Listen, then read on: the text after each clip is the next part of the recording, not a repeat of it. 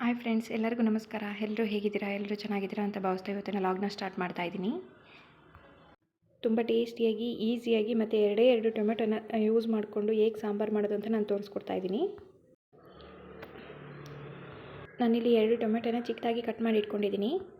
ಅದೇ ರೀತಿ ಒಂದು ಈರುಳ್ಳಿನೂ ಚಿಕ್ಕದಾಗಿ ಕಟ್ ಮಾಡಿ ಇಟ್ಕೊಂಡಿದ್ದೀನಿ. ಒಂದು ಚಿಕ್ಕ ಗೆಡ್ಡೆ ಬೆಳ್ಳುಳ್ಳಿನ ನಾನು ಜಜ್ಜಿಟ್ಕೊಂಡಿದ್ದೀನಿ. ಸ್ವಲ್ಪ ಕರಿಬೇವು, ಒಂದು ಸ್ವಲ್ಪ ಕೊತ್ತಂಬರಿ ಸೊಪ್ಪನ್ನ ಚಿಕ್ಕದಾಗಿ ಕಟ್ ಮಾಡಿ ಇಟ್ಕೊಂಡಿದ್ದೀನಿ. 2 ರಿಂದ 3 ಸ್ಪೂನ್ ಆಗುವಷ್ಟು ತೆಂಗಿನಕಾಯಿನ ನಾನು ತುರಿದಿಟ್ಕೊಂಡಿದ್ದೀನಿ. 1 ಚಮಚ ಧನಿಯಾ ಪುಡಿ, 1 ಚಮಚ ಅಚ್ಚ ಖಾರದ ಪುಡಿ, ಚಿಟಿಕೆ ಅರಿಶಿನ, ಜೀರಿಗೆನ ನಾನು ಪುಡಿ ಮಾಡಿ ಇಟ್ಕೊಂಡಿದ್ದೀನಿ. ಒಂದು ಬಾಣಲಿಗೆ 2 ಸ್ಪೂನಷ್ಟು ಆಯಿಲ್ನ ನಾನು ಹಾಕ್ಕೋತಾ ಇದ್ದೀನಿ. ಆಯಿಲ್ ಬಿಸಿ ಆದ ನಂತರ ಕಟ್ ಮಾಡಿ ಇಟ್ಕೊಂಡಿರ್ತಕ್ಕಂಥ ಈರುಳ್ಳಿ, ಕರಿಬೇವು, ಸಾಸಿವೆ, ಬೆಳ್ಳುಳ್ಳಿಯನ್ನು ಸೇರಿಸ್ಕೊತಾ ಇದ್ದೀನಿ. ಇದನ್ನು ಫ್ರೈ ಮಾಡ್ಕೋಬೇಕು ಆಯಿಲಲ್ಲಿ.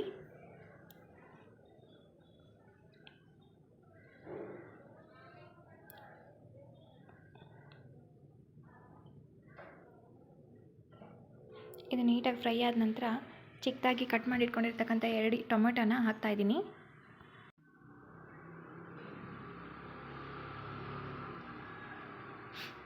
ಇದು ಒಗ್ಗರಣೆಯಲ್ಲಿ ಸಾಫ್ಟ್ ಆಗಬೇಕು.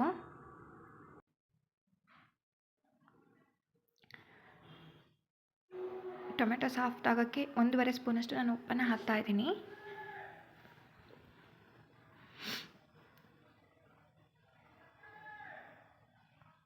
ಪ್ಲೇಟ್ ಮುಚ್ಚಿ 2 ನಿಮಿಷ ಬಿಟ್ಬಿಡಿ, ಅದು ಫ್ರೈ ಆಗಲಿ. ನೋಡಿ ಎಷ್ಟು ಚೆನ್ನಾಗಿ ಫ್ರೈ ಆಗಿದೆ ಅಂತ.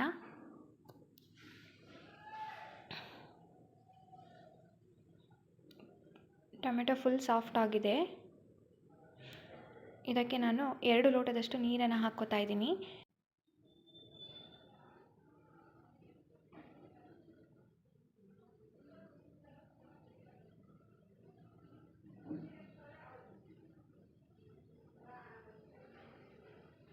ನೀಟಾಗಿ ಮಿಕ್ಸ್ ಮಾಡ್ಕೋಬೇಕು.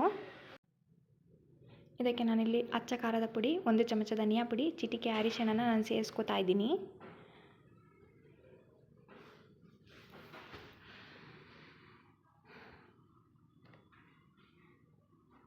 ನೋಡ್ತಾ ಇರ್ಬೋದು ಎಷ್ಟು ಚೆನ್ನಾಗಿ ಬಂದಿದೆ ಅಂತ. ನಾನು ಕೊನೆಯಲ್ಲಿ ಒಂದು 3 ಸ್ಪೂನಷ್ಟು ತೆಂಗಿನಕಾಯಿನ ಸೇರಿಸ್ಕೊತಾ ಇದ್ದೀನಿ.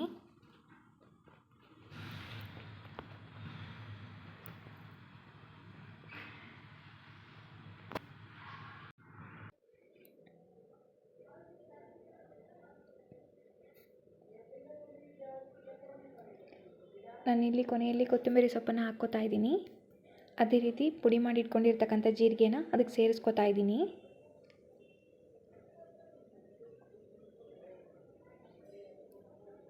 ನೋಡ್ತಾ ಇರ್ಬೋದು ಸಾಂಬಾರು ಎಷ್ಟು ಚೆನ್ನಾಗಿ ರೆಡಿಯಾಗಿದೆ ಅಂತ. ಇದನ್ನು 1-2 ನಿಮಿಷ ಕುದಿಯೋದಕ್ಕೆ ಬಿಡಬೇಕು. ನೋಡ್ತಾ ಇದ್ದೀರಲ್ವ ಎಷ್ಟು ಚೆನ್ನಾಗಿ ಕುದಿ ಬಂದಿದೆ ಅಂತ. ಇದನ್ನು ಸಾಂಬಾರು ಥರನಾದರೂ ಯೂಸ್ ಮಾಡ್ಕೋಬೋದು ಮತ್ತು ರಸಮ್ ಥರನಾದರೂ ಯೂಸ್ ಮಾಡ್ಕೋಬೋದು. ತುಂಬ ಟೇಸ್ಟಿಯಾಗಿರುತ್ತೆ. ನೋಡ್ತಾ ಇದ್ದೀರಲ್ವ ಎಷ್ಟು ಚೆನ್ನಾಗಿ ಬಂದಿದೆ ಅಂತ. ನೀವು ನೋಡ್ತಿರ್ಬೋದು ಎಷ್ಟೋ ಜನ ಹೆಣ್ಮಕ್ಳು ಆಚೆ ಹೋಗಿ ದುಡಿಯೋರು ಇರ್ತಾರೆ. ಅದೇ ರೀತಿ ಬ್ಯಾಚುಲರ್ಸ್ ಇರ್ತಾರೆ. ಸಂಜೆ ಮನೆಗೆ ಬರೋ ಅಷ್ಟೊತ್ತಿಗೆ ತುಂಬ ಟಯರ್ಡ್ ಆಗಿರುತ್ತೆ. ಅಂಥವ್ರಿಗೆ ತುಂಬ ಹೆಲ್ಪ್ ಆಗುತ್ತೆ. 2 ಟೊಮೆಟೊ ಇದ್ದರೆ ಸಾಕು, ದಿಢೀರಾಗಿ ಸಾಂಬಾರು ಮಾಡ್ಕೋಬೋದು.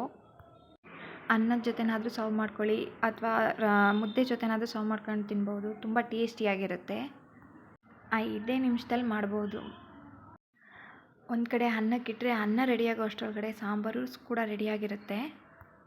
ನೋಡಿ ಒಂದ್ಸಲ ಒಮ್ಮೆ ನೀವು ಮನೆಯಲ್ಲಿ ಟ್ರೈ ಮಾಡಿ. ಈ ವಿಡಿಯೋ ಇಷ್ಟ ಆದರೆ ಲೈಕ್ ಮಾಡಿ, ಶೇರ್ ಮಾಡಿ, ಸಬ್ಸ್ಕ್ರೈಬ್ ಮಾಡ್ಕೊಳ್ಳಿ ಫ್ರೆಂಡ್ಸ್. Bye friends.